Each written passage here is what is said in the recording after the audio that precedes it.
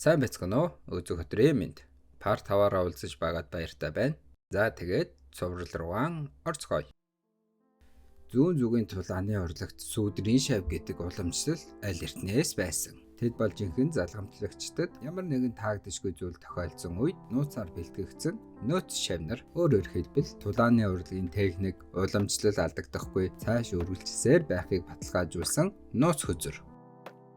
Гэвч албан ёсны шавнар нь багшийн байр суурь өвийг бүрэн өвлөж авмагц сүүдрийн шавнарыг устгадаг. Учир нь тэд албан ёсны шавнартай адил төвшний сургалт эзэмшсэн байдаг тул амьд үлдвэл хожим нь аюул дагуулна, тийм ээ. Би зүгээр зохиож хэлээгүй. Энэ бол жинхэнэ уламжлал. Гэхдээ жинхэнэ сүүдрийн шавнар дайны дараа л энд ирнэ. Учир нь түүнийг алтайр болон түүний хамгаалагчид саатуулж байгаа. Тэр одоо ч өөрт нь зохимжгүй, гүнжийн нэр хүндэд тохирохгүй зүйлээр оролдож байгаа нь тодорхой. Тэгэхээр би энэ нөхцөл байдлыг өөртөө ашигтайгаар эргүүлэх нь зүйтэй. Хэрэв энэ залуугийн хэлж байгаа үнэн бол түүний оршин тогтнох нь өөрөө маш нууц байх ёстой. Тэгэхэд яагаад эзэн түүнийг энд илгээх болсон юм бол? Би эзэнтэй холбоо барьсан. Чам шиг шавыг илгээгээгүй гэсэн. Мэдээж үнэндээ би эзэнтэй огт холбоо бариагүй. Гэхдээ хэрэв тэр худлаа ярьж байгаа бол эцэст нь өөрийнхөө худлыг илчлэх болно. Сүмд нэвтэрсэн дартаар үсэн шүтгчид гадаад ертөнцтэй холбоо барина гэдэг бараг боломжгүй зүйл. Тиймээс бид нөхцөл байдлыг л харж шийтгэс өөр аргагүй. Хэрэв тэр өчүүхэн төдийч с ижиг төрүүлбэл би түүнийг тэр доор нь устгана. Надад маш тодорхой тушаал өгсөн. Бусад дартаар үсэн шүтгчтэй холбоо буубар өөрийн үнэнд өрхийг нуу. Өөрөө аргаа олж дайралтын бүлэгт нэгд. Хэрэв чамд ямар нэгэн тохиолдвол чиний даалгаврыг би өргөжлүүлэх ёстой. Чи миний даалгавар юу болохыг мэдэх үү? Мэдлгүй яах вэ? Чиний даалгавар бол луугийн зүрхийг аваад цухтах. Луугийн зүрх гэдэг нь лууны зүрхэнд үүсдэг нэгэн төрлийн эд шидийн чулуу юм. Үүнийг хэрэгсэн хүнд луугийн хүчийг өгдөг гэдгээрээ онцгой үнэт зүйл. Зөвхөн нэг л удаа олдож байсан бөгөөд мянган жилийн өмнө унсангүй Эвридес түүнийг өөрийнхөө бушинд авч орсон гэдэг. Сүмийн баатруудын хинч луугийн хаан захилгаан хурдны эсрэг сүрч чадахгүй. Хэрэв чи луугийн зүрхээ гартаа оруулбал чамайг зүгтахад хинч зогсоож чадахгүй. Гэхдээ би ч бас чиний хийж чадах бүхнийг хийж чадна. Энэ нь эзэн даалгаврыг зөвхөн чиний гарт үлдээхэд бүрэн итгэлгүй байсныг харуулж байна. Эзний тушаалыг зөрчин ингэж өөрийгөө чамд илчилсэн шалтгаан бол дайралтад эсэх шаардлага миний төсөөснөөс хатуу байсан учраас би энгийн шийдэл байхад асуудлыг өндрүүлэхийг хүсдэггүй. Жинхэнэ үннийг хэлэхэд чамтай хувийн нэг зүйл ярилцах хэрэгтэй байна. Цус нулимс сэлэмний талаар. Тэр яаж үнийг мэдэж байгаа юм бэ? Цус нь нулимс. Цус нь нулимс бол миний гэр бүлийн хулгайд алдагдсан эрдэнсийн нэг. Би эзэнд үйлчилж байгаа жинхэнэ шалтгаан бол үүнийг эргүүлж олж авах болон сүмээс өшөө авах. Гэтэл энэ тухай зөвхөн эзэн бид хоёр л мэдэх ёстой. Чи цусан нулимсны талаар юу мэддэг юм? Тэрийг надад хэл. Би чамд итгэж болно гэж шийдсэний дараа хэлнэ. Эхлээд чи миний амьдралыг арай амар болгох нэг зүйл тусал. Намайг дайралтад оруулж чадах уу? Би жижиг багт байсаар байгаа залхаж байна. Түүнд итгэхээс өөр арга алга. Намайг даг. Очих газар байна. Сүмийн ойролцоох орхигдсон байшин. Ах дүүс минь, би сүүлийн гишүүнээ авчирлаа. Түүний нэрийг Зафир гэдэг. Эзэн надад даалгавар гүйцэтгэхэд тусруулахаар түүнийг энд илгээсэн. Би аль хэдийн стандарт журмын дагуу шалгаж үзсэн. Чи яагаад ингэж онцгой харагдаад байсан нь одоо ойлгомжтой боллоо. Чамайг эзний шавд тусруулахаар илгээсэн гэдэг бол нэр төрийн хэрэг гэж бодоорой дүү минь. Метас Гример дартаар үсийн шүтгчдийн дунд 36 дэрэмлэгддэг. Ингэсгээд дайралтад оролцох 40 бол бүгд бүртлээ. Тэд анчдын баг болон мөрдөн шалгах газраас сонгогдсон боловч бүгдээрээ дартаар үсийн шүтгчд. Шинэ хүн ирсэн учраас би дайралтын ажиллагааг дахин тайлбарлая. Зааврыг анхааралтай тогтоож аваад алдаа гаргахгүй шүү. Дартаар үсийн шүтгчдийн нэр төрийн төлөө.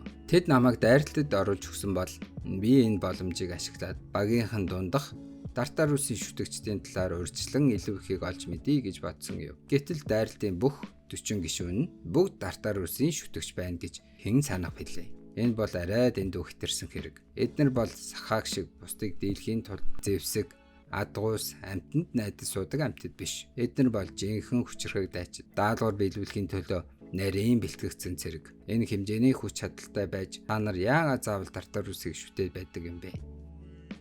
Тэр өөрийнхөө хэн бодлогыг илчилсэн явдал. Эзэн надад бүрэн итгэдэггүй гэсэн үг. Тэгэд бүр цусны нулимсын талаар ч мэдэж байна. Эзэн түүнд хэдэн нууцад илгэчихсэн юм бол магадгүй эзэн түүнд итгэдэг. Надад биш. Үгүй ээ. Би ингэж сандарч болохгүй. Эзэн надад амлалт өгсөн. Хэрв чи надад хэрэгтэй гэдгээ нотолж чадвал чиний өшөө авалтад чинь би туслана. Эзний тусалцаа надад өшөө авахд хэрэгтэй. Тиймээс би заавал луугийн зүрхийг олж авах ёстой. Би сүүдрийн шав биш. Тэгээд бас нэг зүйл санаанд орж ирлээ. Хэрв энэ намайг орлуулах гэж бэлтгэгдсэн бол тэр дайралтад над руу дайрч магадгүй. Тэгээд албан ёсны шав гэж хүлээн зөвшөөрөгдөнө.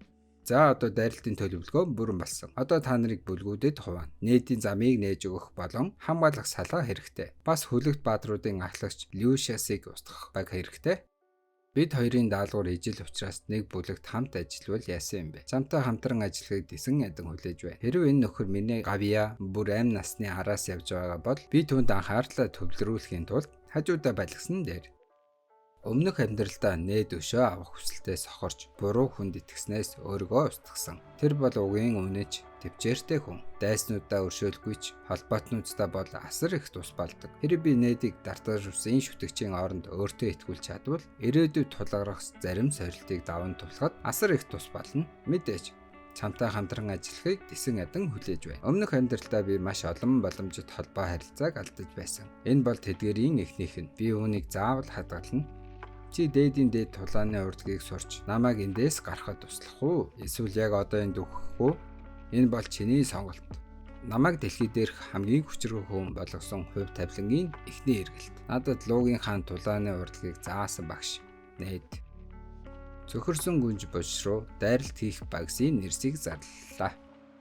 Дээр дурдсан дайралтын багийн гишүүд маргааш өглөө 6 цагт цугларна. Тэд дайралтад бэлтгэхийн тулд тусгаалan томилогдсон бүсэд байрлан явах цаг болтол сургуулилт хийнэ. Аюулгүй байдлын үүднээс багийн гишүүд дайралт дуусах хүртэл зөвхөн өөрсдийн багийнхан дагаад ярилцах хэрэгтэй. Бүх хүн өөрийн хэрэгслийг өөрөө авчрах үүрэгтэй. Ямар нэгэн зардал гарвал урьдчилан сайн мэдэгдээрэй гэсэн зардалын хуудснууд байна. Бүх зүйл төлөвлөгөөний дагуу явж байна. Би бэлдэх хэрэгтэй. Хар төмөр алзны агуй, шувуу мангаснууд тэгээд уулын досгонд босон явдлыг нээд бичиг баримтыг зохицуулаад гоблинуудын үүр цэвэрлсэн болгосон. Би готод амсныхаа дагуу 3 агуй төвгүүгээр цэвэрлсэн. Баярлалаа Запер. Бидний төлөө хийсэн бүхэн чинь баярлалаа. Чиний бүртгэл одоо нилээ сүртэй харагдаж байна. Тэгээд ч 40 боолыг тусгаалan дайртын даалгаварт сонгосон болохоор олон сул орон тоог харсан. Чамаа удахгүй тушаал дэвшинэ гэдэгт итгэлтэй байна. Гэтэ тушаал дэвсэн хойно бүрч хэцүү даалгавруудыг биелүүлэх хэрэгтэй болно. Тиймээс сэрэмжтэй байгаарай. Өө баасаа би түүнтэй хамт яваа. Түүнээс илүү ихийг сурахыг хүсэж байна. Гэхдээ хэлж чадахгүй нэ. Бид хамтдаа хэсэгхэн хугацаанд ажилласан ч би ойлгосон. Тэр бол зоригтой хүн. Тэгээд тэр зориг нь бидэн шиг жирийн хүмүүсийн мөрөөдөж чадах зүйлээс ч авгүй агуу. Би хитрхээ сулдаарай. Бид түүнтэй хамт явах хэрэггүй. Гэдэл маань уйлах гэж байхад чи хамгийн сайнаар хичээж чадвал нэг өдөр надтай нэгтгэхэд бэлэн болох цаг ирнэ. Тэгээд миний багт нэгтээрэй. Би тэр өдрийг дисэн ядан хүлээж бай. Өмнөх амьдралдаа аль хэдийн нас барсан байх 2 хүн одоо хүртэл амьд байна. Тэдний нүдэнд гэрэл цацарч байгааг харахад миний хүчин чармал талаар болоогүй мэт санагдана. Гэхдээ эд нарын хувь тавилан одоохондоо л өөр болсон. Эцэстээ мөнгөлтэй нөр тулна. 3 жилийн дараа хэрв Дартарусын шүтгчид Дартарусыг дуудвал энэ хэдийгч багтаагаад маш олон хүний амь алдна. Тиймээс би өнгөрсөн үйл явдлыг зогсоохын тулд луугийн зүрхийг авах хэрэгтэй. Юу гэж бодож байна? Чам таалагдж байна уу? Энэ бүгдийг чам зориулж авчирсан. Яг асуусан зүйлс байна. Гайхалтай. Тэр сайн маана хүлээн авах чадвартай мохоо зэвсгүүдийг сонгож авчирсан байна. Зөвхөрсөн гүнжийн буш бол үхсэн арга яснуудаар дүүрэн газар. Тэд угаасаа үхсэн учраас өвдөлт мэдэрдэггүй. Бас хатуу яслаг биетэй болохоор зүсэлт, завчилт, цус алдуулж тэнхээ бардаг энгийн сэлэмний цохилтуудад дархлаатай. Тиймээс л арга яснуудтай тулдах үед тэднийг буц цохиж тэмхлэхийн тулд заавал мохоо зэвсэг хэрэглэх ёстой. Чанар нь сайн юу? Зэвсгүүдийг бүгдийг энэ авъя. Харин энэ нэг нь миний хамгийн дуртай. 100 жилийн өмнө үжийн харшнаас алдсан нэгэн баатрын домогт эдлэл үзэсгэлэнтэй хэрнээ нууцлаг энерги цэцрүүлдэг. Би үүнийг өөрөө хүссэн болохоор л аваад ирсэн. Гэхдээ уртцэлэн мар яснуудын эсрэг төдийлөн үр дүнтэй биш. Тэр үүнийг яаж ашиглах гэж байгаа юм бол доо? Харин энэ хонголдох миний жигэл санаа зовж байгаа зүйл хідэн тэнэг арга яснууд огтхонч биш. Гэрлийн сүм энэ агууг 10 жилийн турш дийлэх гэж оролцсон. Дартарусын шүтгчид энэ дайралтад бүхнээ тавьж байна. Би л дуугийн зүрхэнд хамгийн дөрөнд хүрч тэднийг бүгдийг нь ялж гаргах ёстой. Өөрөөр хэлбэл дайралтын багийн бүх хүн миний дайсан гэсэн үг. Мөн өөр нэг асуудал бий. Тэр одоо ч хүртэл надад итгэхгүй байна. Хэдий би түүнд үннийг хэлсэн ч амархан итгэхгүй. Хэрэв би түүнийг итгүүлж чадлаггүй тулдахаас өөр аргагүй болбол өмнөх шигээ зогсоох боломжгүй. Энэ удаа өхөл амьдралын тулаан болох болно. Тог уучлаарай, би хоцорчихлоо. Миний нэр Анжела. Би лабораторид шидэж шившлэг хийдэг. Та Аннагийн ярьсан үйлчлэгч нь байх. Enchantment буюу шившлэг, эд зүйлсэд бурхны хүч, мана эсвэл байгалийн элементийн хүч шингээхийг хэлнэ. Enchantment-ийн төвшин өндөр байх тусам тоноглолт шингэх хүч их болж удаан тогтдог. Анжела бол энэ сүмийн шилдэг шившлэг хийгчдийн нэг. Тэгээд шившлэгээ хийж эхэлнэ. Запер маань 5 хэрэгсэлтэй шившлэг хийлгэн дайралтын багийн бусад гишүүдтэй тулдахад бэлдэх нэг хэрэг. Тэ би агууд өөртөө ч гэсэн бэлтгэхээ мартаж болохгүй. Хэрэв би зөвхөрсөн гүнжийн буучны хар хүчийг төсвөрлөж чадахгүй бол надад ямар ч боломж үлдэхгүй. За ингээд үндсэн бүх бэлтгэл бүрэн 5 хэрэгсэл 3000 алтан зоос болно. Базараа Анжелагаар 5 эд зүйлст ердөө 3000 алтаар шившлэг хийлгэчихүү. Чинь маш хямдхан байна да. Цагаан сарнаа миний төлөө хийх зохицуулсан бололтой. Гэхдээ за одоо бид бас тооцоогоо хийх үү? Би жаахан хүчин чармаал гаргасан юм. Там сайхан сэтгэл төрүүлэхийг хүссэн болохоор бид чинь танихгүй хүмүүс биш шүү дээ. Баярлалаа. Үнэхээр их талархаж байна. Гэхдээ цагаан сарнаа чингүрнэ. Гэхдээ нэг жижиг асуудал байна. Юу гэж? Надад огт мөнгө алга. Юу гинэ? Шуу мангсын эд ангууд бараг үнөрөхгүй. Уулын досгонж гэсэн жинхэнэ агуу биш байсан. Надад зарж борлуулах юм юу ч байгаагүй. Тамд өгөх зүйл алгаа. Юу гинэ? Чи бүр ганц соосгүй гэж юу? Тоглоод байгаа юм уу? Тэгэхээр би энэ зүйлсээр төлбөрөө хийж болох уу гэх гэсэн юм. Персефоне өхлийн хор. Мэдээж чи наадахаараа төлж болно. Нааш нүг да болилдоо тоглоод байгаа юм уу? Энэ үнэхээр шурдаг биш байна. Чи хүмүүсээр тоглоом хийх дуртай юм уу да? Наадхаа өгөөч дээ. Зарахта болгоомжтой байгаарай. Хар зах дээр молс бүү зараарай. Аюултай шүү. За гэдүүлтэн. Аян замдаа үлзийтэй яваарай ноён тоо. Дайралтаас бусаж ирсний дараа дахиад орж ирээрэй. Чамд хариулт мөнгө өгч өгье. Болгоомжтой яваарай гэж цагаан сарнаа бөөн алж жаргал. Маргааш өглөө эдгээр хүмүүсийг хардаа сүмийн бадрууд болон эмч нарыг тооцвол хэдэн хүн байгаа бол гэж бодож байна. Ойролцоогоор 100 хүн юм болов. Тэгэхээр бүх хүмүүсээс өмнөх удаад зөвхөн цөөн хэдэн л амьд үлдсэн. Энэ удаад ч ялгаагүй байх болно. Бүгд ирсэн бололтой. За эхэлцгээе. Цөхөрсөн гүнжийн бус дайралтад оролцох бүлгүүд нийт 4 бүлэгт хуваасан байх ба эхнийх нь сүмийн албан ёсны бааtruуд 18 тулааны баатар болон 10 эдгэгч. Сүмийн доод анчдын бүлэг 20 бол албан ёсны мөрдөн байцаагчид 12 тулааны байцаагч 6 эдгэгч. Мөрдөн байцаахын доод бүлэг 20 бол эдгээр 86 хүнийг үүрэгтэн тохируулан бүлэг болгон хуваасан. Урд хамгаалалт, ойрын тулаан, зам нээх, тагнах ба арын хамгаалтыг хамгаалах гэх мэт. Арын хамгаалалт, алсын зайн дайралт, нөхөн сэргээх, туслах шидээр дэмжих гэх мэт. Бүгд дараах 4 удирдагчийн захиргаанд ажиллана. Арно тэргүүн эдгэгч, Лиана арын хамгаалтын ахлагч, Метас урд хамгаалтын ахлагч.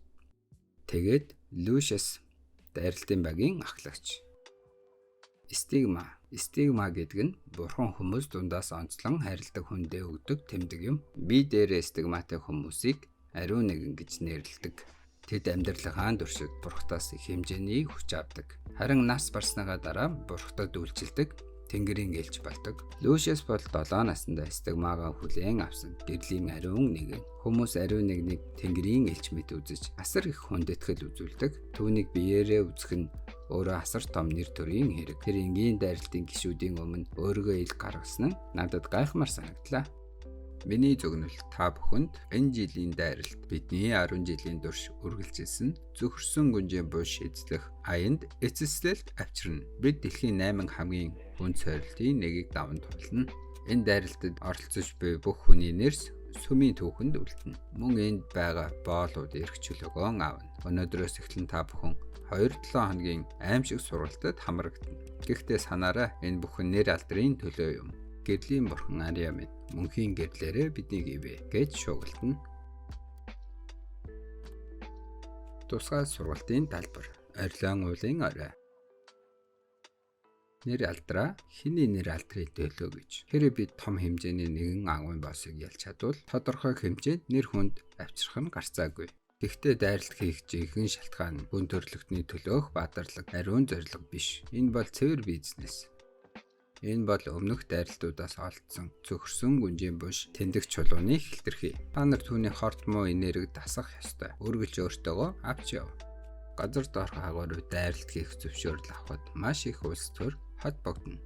Дайралтын баг бүрдүүлэх, ажиллах хүч, зэвсэг хэрэгсэл, шидийн ундаа болон бусад зардлыг төлөх хэрэгтэй болдог. Дээрээс нь эцэс төгсгөлгүй зардлыг даах хөрөнгө оруулагч хайна. Ийм олон жилийн бэлтгэлийн дараа дайралт эхэлдэг. Дайралт амжилттай дууссаны дараа тэд аюулгүй басан газар нутагт шинээр зам, хот, суурин байгуулж газрын үнийн өсөлтийг ашиглан асар их ашиг олдог. Энэ бол зүгээр л бизнес. Гэрлийн сүмийн 3 дугаар бүсийн сүмч ариун нэгэн Люшиасийн зөвхөрсөн гүнжийн буш руу дайралт хийх үйл ажиллагааны баазаас өөр зүйл биш. Тэд тасралтгүй хүмүүсийг дайралтад орцуулахаар сургаж байдаг. Тэр хөвж байгаа гэрлүүдийг дайсны шид гэж төсөөл. Хэрэв тэд чамд 3 удаа хөрвүүлчихээ өгсөн. Тэгээд гараа өргөөд гараарай. Одоо сургалтын тулаан эхэллээ.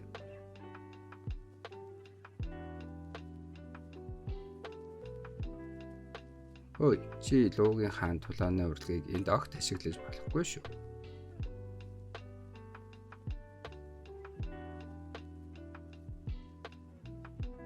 Амзун голом алах даалгаврыг амжилттай хийлээ. Одоо 15 минут амарч болно.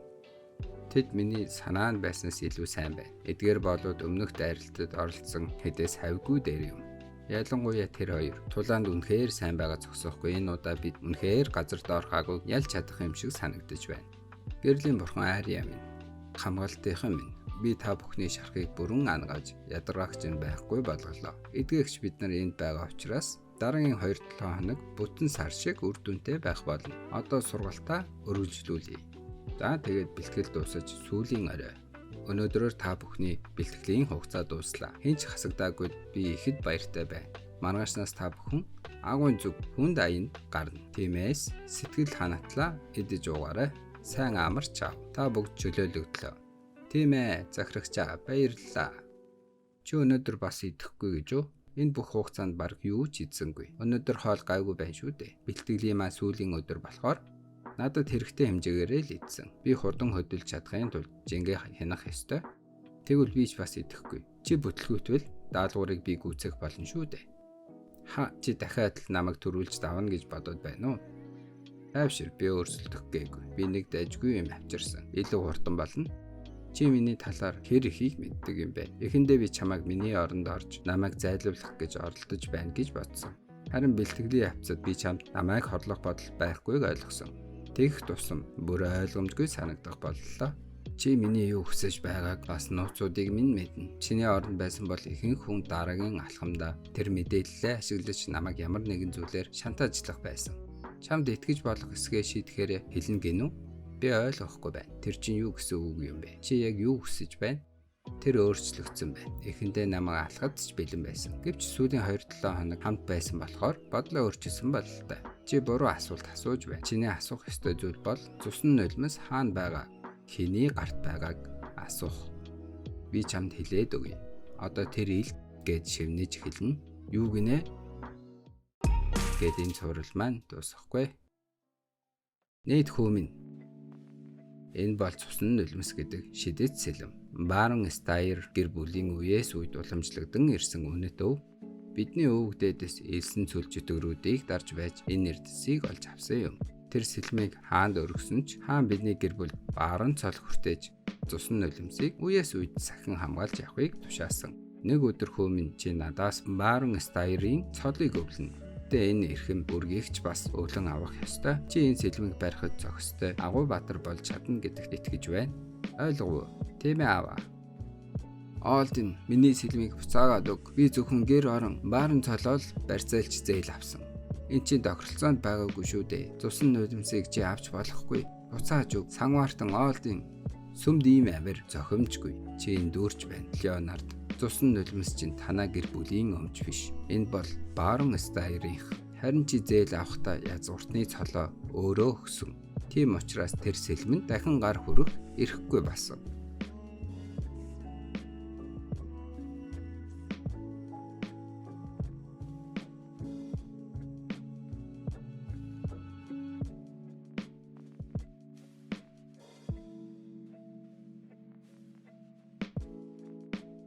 Чи азтай байлаа. Сэлэм чи надад хүрч чадсангүй. Боддоо над шиг хамб язгууртныг ердөө жирийн нэгэн гэрлийн сүм дотор сэлэм бариад дайрна гэдэг. Хэрв чи үнэхээр намайг гэмтээсэн бол чиний хөөж бас хамт цаазлагдах байсан юм. Хөөрхийн нээдийн эцэг хүүгийнхээ өмнө амнасаа алдна. 12 жилийн өмнө иймэрхүү үйл явдлууд байнга тохиолддог байлаа. За энэ хэсгийн тодорхой товч тайлбарлаад өгье. 12 жилийн өмнө дайралт болон агуу ухах бүлгүүдэд хөрөнгө оруулалт маш ихээр ихссэн. Ер нь бол боломжтой хүн болгон санхүүжилт хийж их хэмжээний ашиг олдог байсан. Сүүлдээ мөнгө авах гэж хуурамч баг бүрдүүлж хуурч эхэлдэг болсон. Гэрлийн сүмийнхэн зээл санхүүжилт олгохдоо ямар ч эрсдэлгүй гэж хэлээд маш өндөр үнэтэйгээр зээл өгдөг байсан бөгөөд үүний нэг хохирогч нь нийтийн ав болсон байна. Хамгийн аимшигтай санхүүгийн заллан хийсэн өндөр зэрэглэлийн санваартнууд түүхэнд үлдэх үз гэмт хэрэг үлдсэн мөртлөө огт шийтгэл хүлээгээгүй. Би тэр хуурам мэхлэгчдийг үзэн яддаг. Ялангуяа аавыг минь дотны хүмүүст хуурч мэхлээд эцэст нь амийг нь авч одсон санваартан оолдын хэмээх нүгэлтнээс өнөг хүртэлх миний амьдралын цорын ганц зорилго бол тэднээс өшөө авч гэрлийн сүмийг нуран унгах явдал байсан. Үүний зэрэгцээ би бүх газраас хайсаар ирсэн. Гэр бүлийн минь бэлэг тэмдэг болсон цусан нулимс. Гэнэтэл дэлхийн гадаргуугаас бүр мөсөн арчигдсан мэт сургүй болсон тэр эрдэнсийг би ойлгохгүй байна. Яагаад миний багш цусан нулимс байна гэж багш надад өмнө нь хэлсэн юм. Дартар үсийн шүтэгчдийн удирдагч болон байгууллагыг чиглүүлдэг 12 элчийн үнэн нэрсийг тэдгээр 12 элчийн хагас нь гэрлийн сүмийн дээд цолтой сан вартнууд. Хэрв чи надад хэрэгтэй гэдгээ нотолж чадвал би чамд өшөө авах чинь туслана. Тэр чамд бас тэгж хэлсэн бидтэй. Гэхдээ тэр худлаа байсан. Багш биднэр луугийн зүрхийг хулгайлуулад түүнийгээ элч нарт өгнө гэсэн санаатай бай. Тэгвэл бид тэдэнд хизээч гар хүрч чадахгүй. Өшөө авах мөрөдөл маань үрд нурна. Бидний гинхнээс нь л хуурчээ. Багш надад гэр бүл шиг минь байсан шүү дээ. Гэтэл намайг ингэж хуурсан гэж юу? Итгэж чадахгүй байна. Гэхдээ энэ үнэн биш байсан бол тэр яаж багшийн надад хэлсэн үгсийг мэдэх юм бэ? Би яах ёстой вэ? Харсан бүхнээс мэдээс өөр төвшөнд юм аа. Аргагүй л дэлхийн 8 агуун сорилтын нэг юм да. Энд бол жинхэнэ сорилт байх нь гээд агуур орно.